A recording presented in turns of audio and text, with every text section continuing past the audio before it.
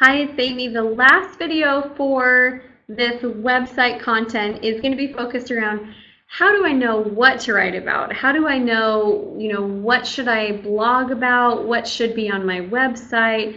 That's really important to understand. And it's going to come back to just asking a few simple questions. When I write blog posts, here's what I do. I sit down and I think, okay, what are the problems that I'm seeing in my clients right now? And what are people asking me questions about right now? And I'll simply make a list of the different things. Then the next step that I do is I go to a website and I use the headline scheduling tool, which is included in your tracker. So first thing that I do, I make a list of questions and problems. Okay, so I want you to think about this. Every business has this. So let's say that you are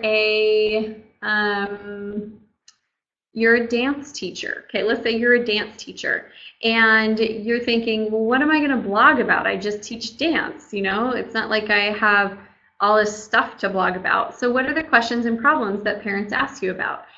How do I get my daughter to want to practice? How do I get my daughter to socialize with the other girls? Because right now she's feeling left out. What's the best type of shoes to buy? Where can I get the best deals? You're just simply going to make a list of the questions and problems that you're seeing inside of your industry. Then you're going to use the headline tool. And the headline tool, there's a link to it, but what you do is you go on and you type in, and I'll even show you. It gives you scores. You can see my bad scores. I always get bad scores at the beginning. Get my screen share up. So the headline tool, you can type in what you're thinking about writing about, and it will actually give you a score. And if your score is bad, that's not really a blog post title that's going to resonate with people. So you got to change it. And while that's pulling up, I'm going to pull up the headline tool here.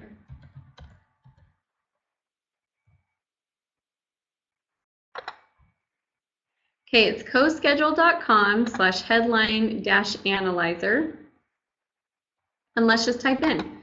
Let's say we wanted to write a blog post about what are the best types of dance shoes for beginners. Okay, so now we're going to see what our score is. That's a 70. That's actually pretty darn good. Okay, if I ever get above a 70, I'm like, I am running with it. The highest score I've ever gotten on here was an 80. I got it once.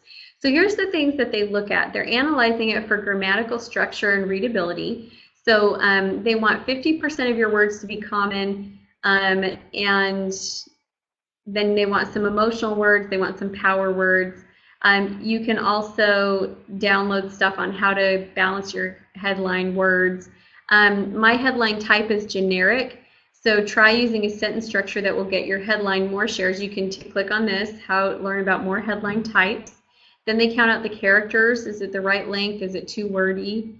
So they'll count that out for you. They'll even show you what it will look like. What are the best types of dance shoes for beginners? And the sentiment. They'll show you the keywords. So these are the keywords that you can use to make your subject searchable. And the sentiment, this is positive. So let's see if we can improve this.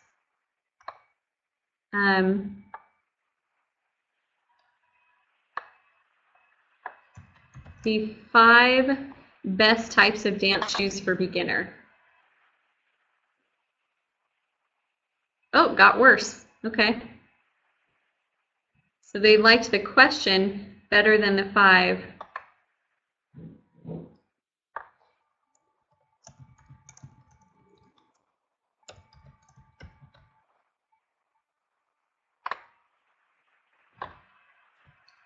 So what are the best dance shoes for beginners on a budget? Let's see. This one's better.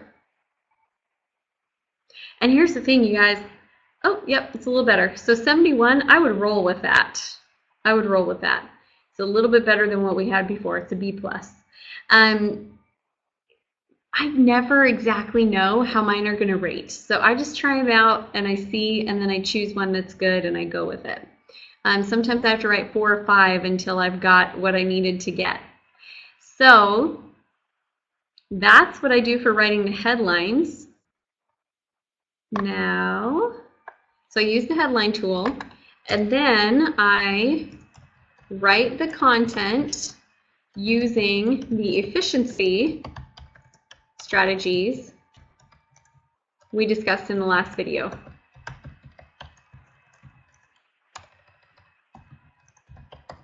I do try to create like 4 articles, blog posts at once, so that I can hit that zone of being really efficient with my writing. Okay, now let's talk about how to choose what types of tabs you want to have on your website. What are going to be the main pages?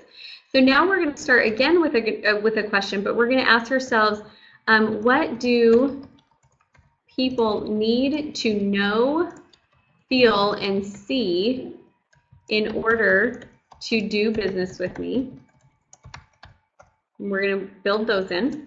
And the second thing is, what do I need on the site for function and efficiency?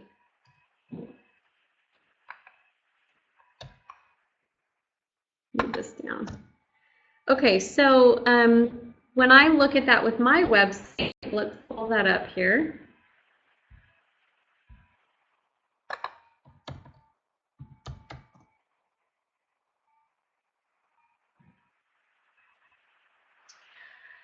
So when I look at that with my website, what do people need to, let's go back, what do people need to know, feel, and see in order to do business with me? So on there, my clients need to know that I have their family balance in mind, that I'm mindful of that. My clients need to know that I am legit in what I do. My clients need to know that other people like working with me. And so they need to know me. So there's information on here that helps them know me. So they can watch the YouTube videos. They can get a feel for me there. They can understand who I am with my family. Even on my Meet Amy page, there's information on there about who I am in terms of my faith, my family. I talk about Amy Walker after hours, so they can see who I am. I'm a Christian. I've been married to my amazing husband and partner in crime for 14 years. We need to update that next month to 15. So all of that information, that's stuff that they need to know. Now they also need to know, what kind of programs do I have? What kind of speaking do I do? So these are logistical. They need to know those things in order to book me. If they want me to speak at their speaking gig, they need the information that's on the speaking page. So those are the information that they need to know in order to hire me. Now the second part of that is, what do I need on the site for function and efficiency? So things like, I needed my who to contact. So we had to set that up. You know, if you want information on this, a request form, and who does that go to? We needed functionality in terms of when someone registers for a freemium, how does that link into Infusionsoft? What do they get after that?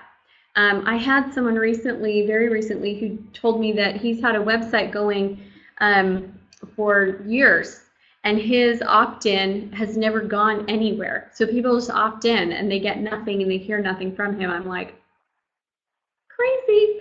So let's make sure that we've got the things that we need for function and for efficiency. Do you want people to be able to register for something on this site? Do you want a member section where you can train your team?